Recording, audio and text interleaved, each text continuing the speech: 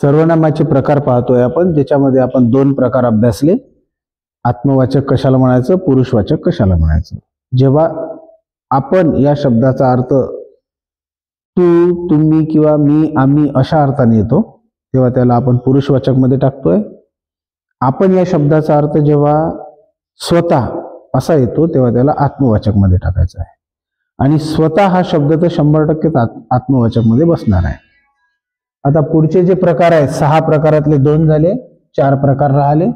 एक आहे दर्शक, आणि त्याला एक सोबती येतो तो संबंधी. असे जोडी जोडीने अभ्यास करायचा आहे आपल्याला. दर्शक म्हणजे काय, दाखवणारा, जे आपण स्पष्टपणे दाखवू शकतो. पण शब्द कुठं पाहिजे आपल्याला, नावाच्या ऐवजी. आधी एक नाव वाक्य टाका, नाव टाका, ते नाव पुसून मग तिथं आपण शब्द टाकू.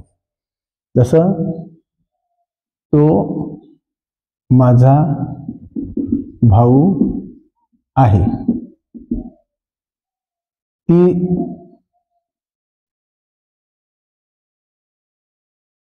त्यांची गाडी आहे. हे जे शब्द टाकले, इथं माझ्या भावाचं नाव लिहिता येते मला.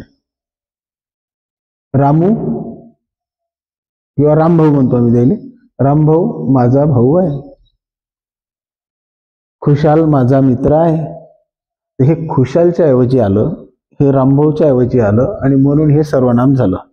जे नावाच्या जागी येते ते सर्वनाम बनते. हिरो होंडा त्यांची गाडी आहे, किंवा मोठी गाडी पकडा आपल्याला काय, फॉर्च्युनर त्यांची गाडी आहे. तर आपण हे त्या गाडीसाठी टाकलं, आणि म्हणून हे त्या दुसऱ्या नावासाठी येते. तर जे नावाच्या ऐवजी येते ते सर्वनाम बनते. सर्वनामाला स्वतःचा अर्थच नाही, सर्वनामाला स्वतःचा अर्थ नाही. या ठिकाणी सर्वनाम हिरो होंडा होऊ शकते, याचा अर्थ फॉर्च्युनर होऊ शकते. इथं भाऊ, सारे बांधवच माझे आहे, हे अनेक नावांसाठी पण शब्द वापरतात. सर्वनामांना स्वतःचा अर्थ नाही, ज्या अर्थाने त्याला वापरलं तोच त्याचा अर्थ. तर दर्शक आपण कशाला म्हणतोय, का जे आपण बोट दाखवून ती माझी गाडी आहे, किंवा तो माझा भाऊ, तो पलीकडे उभा आहे, हा तो माझा भाऊ, ती माझी शाळा आहे, किंवा ही माझी शाळा आहे, ही माझी शाळा. तर अशा अर्थाने जेव्हा बोटानं आपण दर्शवू शकतो तेव्हा त्याला आपण दर्शक नाव देतो. एखादं वाक्य तुम्ही सांगा. हा माझा मोबाईल आहे, हा माझा नंबर आहे. अशा अर्थानं हा वापरतात, हा ही हे, तो ती ते. तर हे जे वापरतात हे दर्शक म्हणून वापरले जाते. हे आमचे बैल होय, ते जे बैलजोडी आहे त्याच्यासाठी हे आमचे बैल आहेत. ते तिकडं द्यायचे आहे, ते पलीकडची जोडी आहे, ते आपली नव्हे. तर हे आमची जोडी आहे आणि ती त्यांची जोडी आहे. का किती मस्त आलं वाक्य. ही आमची बैलजोडी, बरं बैलजोडी आहे, ती पलीकडची, ती पलीकडे त्यांची बैलजोडी आहे. हे इथपर्यंत आमचं शेत आहे, आणि ते तिकडं पलीकडचं, त्या झाडाच्या पलीकडं ते त्याचं शेत आहे.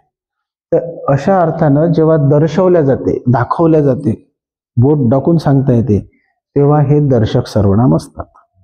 किती सोपे आहे. आता संबंधी कशाला म्हणतो, तर संबंधी, अनुसंबंधी असे 2 शब्द येतात. जो अभ्यास करणार त्याला यश मिळणार. काही शंका आहे का तुम्हाला. त्याला यश, किंवा तो म्हणा शॉर्टकट मध्ये, तो पास होणार, तो यशस्वी होणार, असं करू. तर जो अभ्यास करणार, तर हा जो म्हणजे कोण, खुशाल. खुशाल अभ्यास करणार. तो म्हणजे कोण होय, खुशाल. खुशाल पास होणार, काही शंका आहे का? बिलकुलच नाही आहे. तर हे नावाच्या ऐवजी आलं म्हणून काय सर्वनाम आहे. हा जो आहे याला संबंधी म्हणतात. या तो साठी दोन शब्द वापरतात. कोणी याला अनुसंबंधी म्हणते, कोणी याला दर्शक म्हणते. आपण दोन्ही शब्द लक्षात ठेवू. हा दर्शक आहे, जनरली दर्शकच वापरतात, पण याच्यासाठी अनुसंबंधी हा एक शब्द आलेला आहे. लेखकांची पद्धत आहे नवीन शब्द वापरा. एका लेखकाने याला अनुसंबंधी शब्द दिलाय, पण हा दर्शक आहे. तो दर्शक जो संबंधी. तर हे झाले संबंधी. अजून एखादं वाक्य. जे चकाकते.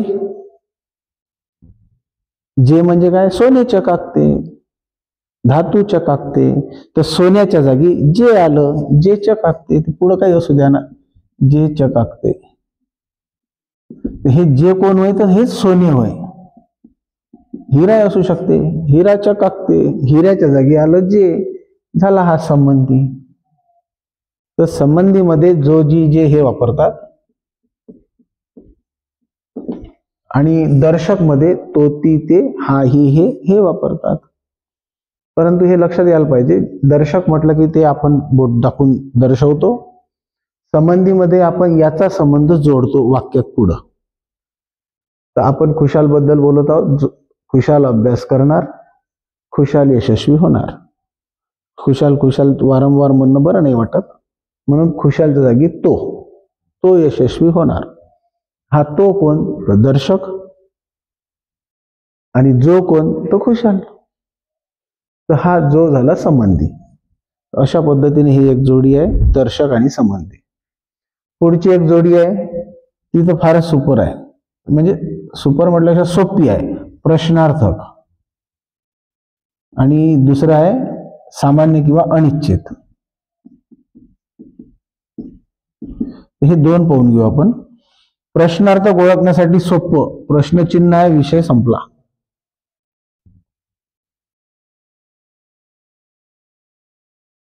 तू कोण आहे?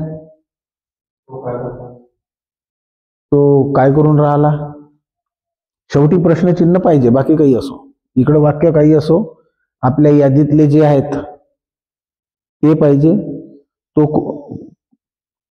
कोण आहे? तो काय करून राहिला? याच्यामध्ये आपण कोण, तू कोण आहेस, तू कोण आहेस, आणि प्रश्नचिन्ह. हा कोण शब्द टार्गेट केला, हा कोण प्रश्नार्थक. काय लपवलं त्या पेटीत? सांग ना पटकन. काय लपवून ठेवले? प्रश्नचिन्ह. तो सांग ना, लाडू आहे. हे जो काय शब्द आहे, हा कोणासाठी आला? त्याने जे लपून ठेवलं त्याच्यासाठी आला. त्यानं लाडू लपून ठेवला असेल तर लाडूसाठी आला. त्यानं पैसे लपून ठेवले असेल तर त्याच्यासाठी आला. हे त्या नावासाठी आलेले शब्द म्हणून हे सर्वनाम. तू कोण आहे, हा कोण शब्द कोणासाठी आला? तो जर वकील असेल तर वकिलासाठी आला. तो जर एखादा मोठा साहेब असेल तर मोठ्या साहेबासाठी. हे दुसऱ्या नावासाठी आलेले शब्द म्हणून सर्वनाम. शेवटी प्रश्नचिन्ह, विषय संपला. याले प्रश्नार्थक म्हणून मोकळावा. याच्यात येणारे शब्द कोणते? कोण, काय, दोघच जण. आता इकडे बघा, अनिश्चित मध्ये तिकडं कोण आहे का उभं? तिकडं कोणी उभं आहे का? मला असं वाटलं कोणतरी गेला. तिकडे कोणी आहे का? आणि इथं प्रश्नचिन्ह कॅन्सल. मी सहज विचारलं होतं तिकडे कोणी आहे का, मला दिसल्यासारखं झालं. तर हा तिकडे कोणी हा जो शब्द आला, कोण, तिकडं जर कोणी असन त्याच्यासाठी आला ना, म्हणून हा झाला सर्वनाम. आपल्याला माहितच नाही ना कोण होईन कोण नाही. अनिश्चित. यालाच दुसरा शब्द दिला होता आपण, सामान्य. काय शब्द दिला होता? सामान्य सर्वनाम. डबे आणले रे, काय काय आणलं? काही जणांच्या डब्यात आलूची भाजी असू शकते, एखाद्याच्या डब्यात वांग्याची भाजी असू शकते. त्यासाठी आलेला शब्द काय? डब्यात काय काय काय आणलं डब्यात? तर हा प्रश्न म्हणून नाही, हे सहज बोलणं आहे आपलं. आपण काय लहान लेकराला प्रश्न थोडी करतोय, सहज बोलतो आपण एकमेकाशी. काय काय आणलं डब्यात?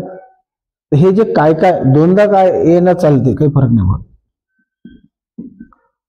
काय काय आणलं डब्यात, आणि इकडं प्रश्नचिन्ह नाही. प्रश्नचिन्ह टाकलं का ते प्रश्नार्थक मध्ये जाते. आणि हे काय काय म्हणजे जे डब्यात आणून ठेवलेल्या पदार्थाचे नाव, त्याच्यासाठी आलेला शब्द काय. दोनदा आला तरी चालते. हा झाला अनिश्चित. आणि तसंही एक वाक्य नेहमी येते, कोणी कोणास हसू नये. चांगलं नाही आहे, कोणी कोणास हसू नये. तर हा कोणी म्हणजे कोण? माणसंच. कोणास हसू नये म्हणजे कोण? तर जो समोर बोलतो किंवा जो समोर शो सादर करतो, सांगतो.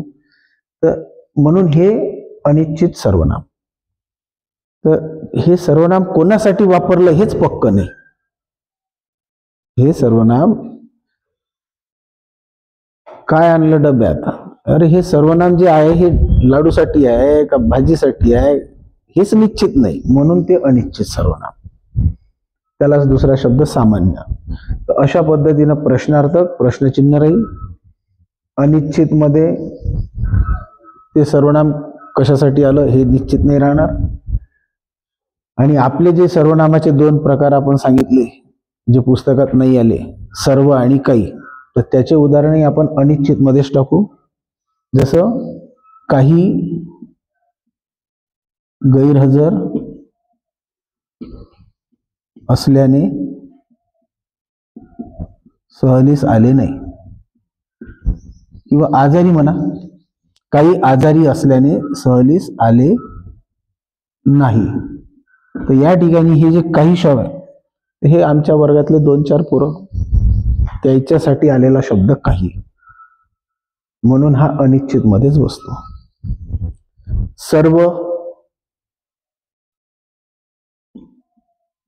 हुशार मुलं आहेत.